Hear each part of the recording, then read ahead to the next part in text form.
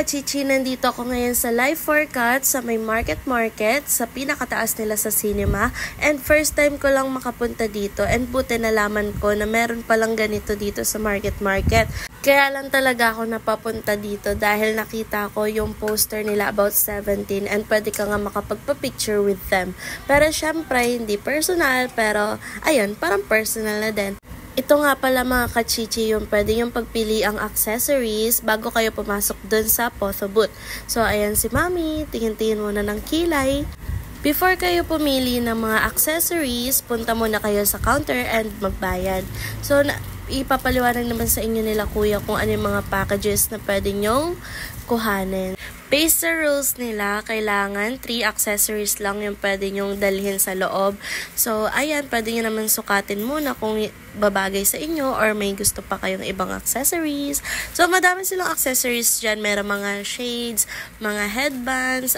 Dito talaga mga kachichi, halos trinay ko yung lahat na nakita kong gusto ko. So, ayan, trinay ko kung ano yung mga babagay, mga cute, tsaka yung mga, alam mo yung kakaiba, like hindi ko pa nasusuot sa ibang mga photo booth, ganyan.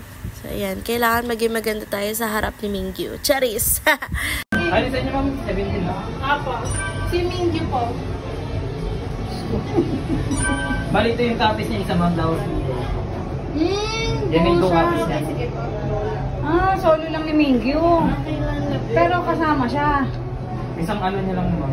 Yung oo na may kasama siya para sila magkaharap.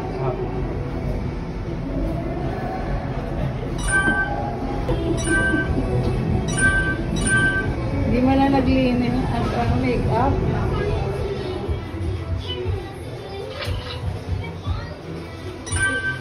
Ayun ang bilis siya si Mingyu. Ganari, hawakan mo siya. Dali. Harap ka sa kanya dapat. Ganari, halikan mo siya. Ba't isa lang yung kay Mingyu?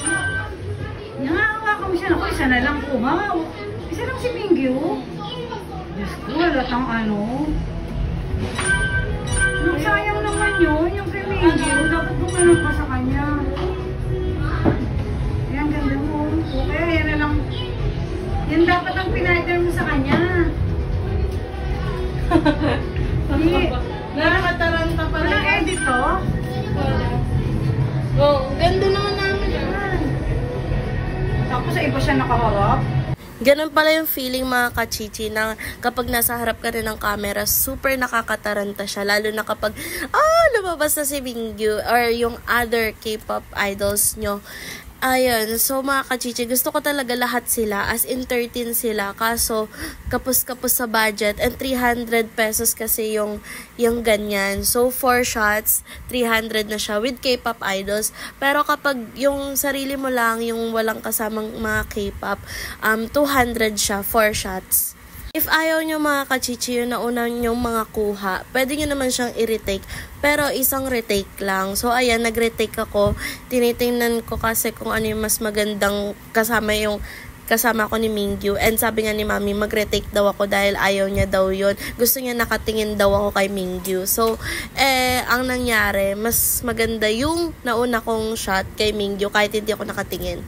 So, ayun na lang yung pinili ko. And ayun, after nun, makapili ka nung picture mo na ni-retake, pwede mo na siyang lagyan ng mga filter kung ano yung gusto mong filter. Mga ilang seconds lang, lalabas na siya. So, may timer naman siya mga kachichi. Ayan, lumabas no! So, super excited ako nung panahon na yan. Hindi lang halata sa mukha ko. Tapos, ayan yung package niya. Kapag may K-pop idol ka, yung isang copy is siya lang mismo talaga. Tapos, yung isang copy, yun na yung 4 shots nyo. And kapag hindi naman kasama yung K-pop idol, yun talagang ikaw lang or kaya ng mga friends nyo or jowa, mga ganon, 200 pesos siya. Yan kasi 300 pesos.